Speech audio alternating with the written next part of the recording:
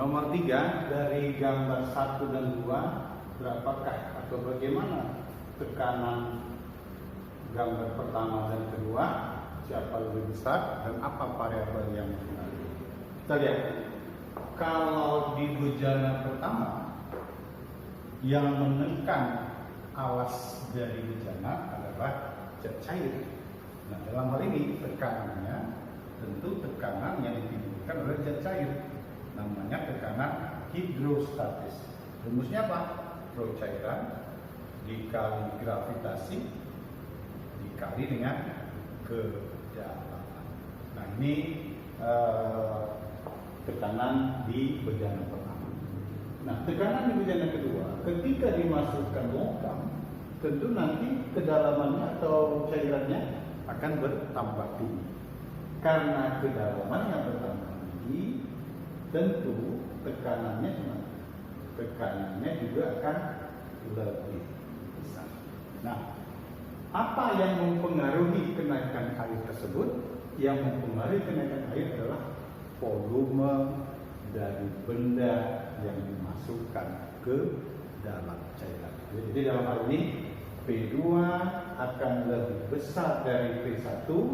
Alasannya apa? Karena terjadi kenaikan tinggi ketika di dalam bejana dimasukkan logam, yang mana H2-nya tergantung kepada volume benda yang dicelupkan. Oke, demikian jawabannya. Berarti tekanan di bejana kedua lebih besar dibandingkan tekanan di bejana pertama, tergantung pada volume benda yang dimasukkan. Nanti kita cek aja option mana yang sesuai dengan statement tadi.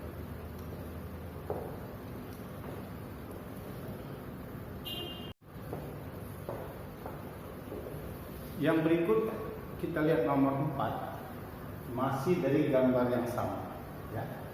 Berat kedua gelas kalau ditimbang di neraca, menurut hasil perhitungan atau pengamatan di neraca, siapa yang lebih besar atau siapa yang lebih besar? Oke, kita lihat gambar pertama. Di gambar pertama, berat yang dalam hal ini berat yang terukur adalah berat yang ditimbulkan oleh cairan di dalam bejana. Dalam hal ini bejananya kita abaikan dulu. Ya, beratnya apa? M kali gravitasi. Nah, masanya ini kita gantilah kaitannya dengan massa jenis, rho cairan dikali volume cairannya dikali dengan gravitasi. Ya, ini berat ketika tidak ada diberi logam. Nah, sekarang kita cek berat yang kedua. Ketika dimasukkan logam, maka di sini kalau kita gambarkan gayanya, pertama di sini ada gaya berat. Tentu dalam hal ini gaya berat logam. Kedua, karena di dalam cairan logam mengalami gaya angkat ke atas atau gaya Archimedes. Lalu yang ketiga, efek menahan ini timbullah tegangan tali pada tali pengikat logam tersebut. Coba kita lihat, ya. Jadi kalau kita ambil kondisi yang seimbang, tentu sigma gaya pada sumbu Y-nya 0, gaya ke atas sama dengan gaya ke bawah. Berarti berat kondisi 2, ini bayangkan berat 1 ya. Berat kondisi 2 nilainya tentu sama dengan besar tegangan tali dijumlah dengan gaya Archimedes, ya. Nah, maka kalau ini coba kita jabarkan, tegangan talinya dijumlah dengan gaya Archimedes, rho cairan dikali volume yang tercelup dikali gravitasi. Karena logam tercelup semua, maka W2-nya P dijumlah rho cairan, ya. V tercelup ini sama dengan V bola atau V logam dikali gravitasi. Nah, dalam hal ini